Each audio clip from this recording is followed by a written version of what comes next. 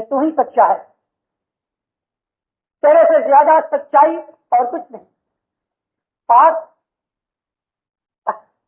ختم ہو گیا، تیرے اندر کوئی ناپاکی نہیں، کوئی عیب نہیں. پاک کا مطلب صرف سوچھتا ہی نہیں، پاک کا مطلب کہ جس میں کوئی عیب نہ ہو، سمپورن ہو. ایک انگلی بھی اگر کٹی ہو تو آج تک ہمارا کبھی کوئی امام ایسا نہیں ہوا، کبھی بھی نہیں، کہ جس میں شریر کا بھی کوئی عیب ہوئے. انگا لولا لنگڑا تانا بھینگا پاگل دیوانہ، آج تک ہمارا امام اور ہمارے امام کی ساری ونش، آدم علیہ السلام سے لے کے جتنی بھی ونش ہوئی ہے، جتنے بھی نبی اس ونش میں آئے ہیں، جتنے بھی امام اس ونش میں آئے ہیں، وہ تمام کے تمام شریر کے طور پہ، مغز کے طور پہ بہترین، کمپلیٹ، سمپورن، اتم اور اعلیٰ ہے، کیونکہ نورانی ذات ہے.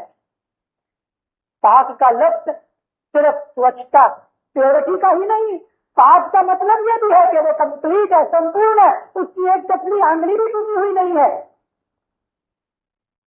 نہ وہ بہرا ہے، نہ وہ اندھا ہے، نہ وہ کانا ہے، نہ وہ لولا ہے، نہ وہ لنگڑا ہے، کبھی نہیں.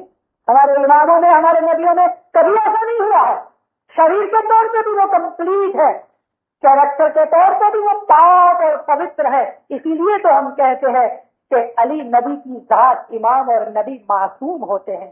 معصوم کا مطلب جس میں کوئی عیب نہیں، جس میں کوئی خامی نہیں، جس میں کوئی گناہ نہیں، جس میں کوئی بدی نہیں، جس میں کوئی برائی نہیں، جو غلطی نہیں کرتا، جو کوئی بھی طرح کی نقصان نہیں کرتا، اس کو ہم کہتے ہیں پاک. حق تو پاک، تو بادشاہ، تو بادشاہ، زمین آسمان کا تو بادشاہ ہے. بادشاہ کا مطلب مالک، جس کا ہر حکم مانا جائے. مہربان تو ہی، یالی تو ہی، تو اے مولا تو مہربان ہے، رحم کرنے والا، بخشش دینے والا، مانگے بغیر روزی دینے والا، اس کو مہربان کہتے ہیں. مہربانی کے اندر یہ لفظ رحمان کا آتا ہے. رحیم کہتے ہیں دیا والا، لیکن مہربان کو ہم عربی زبان کے اندر رحمان کہتے ہیں. رحمان، ہم خدا کی عبادت نہ بھی کرے تو بھی ہم کو روزی دیتا ہے، یہ وہ رحمانیت ہے، اس کی رحمانیت ہے. یہ ہمارا دین، ہمارا مذہب ایسا اتم اعلیٰ مذہب ہے، اس کے سامنے ہم کوئی بھی دلیل نہیں رکھ سکتے. جو ہم کو اپنے اندر شکتی دیتے ہیں تو وہ چیز اٹھانی چاہیے. مذہب تو محض جماعت خانے میں آ گئے، کیا ہوا؟ ہاسپٹل میں چلے جاؤ تو کیا بیماری مٹ جائے گی؟ جماعت خانے آئے تو کوئی بیماری نہیں مٹتی. ہاسپٹل میں گئے، جماعت خانے میں آئے. یہ روحانی ہاسپٹل ہے کہ جہاں ہمارے جھیل کی بدیاں، برائیاں، گندگی، گناہ، پاپ، برائیاں سب ناش ہوتی ہیں اس کے لیے. لیکن ہاسپٹل کے اندر جانے سے تو بیماری نہیں مٹتی. ادھر جا کے ایکس رے لو، مشینوں سے اپنا حال معلوم کرو کہ بھائی لنگس کے اندر کوئی اسٹاک تو نہیں، پیٹ میں السر تو نہیں، مگز ٹھیک. سب میں جھوٹ بولتا ہوں، یہ مشین ہے.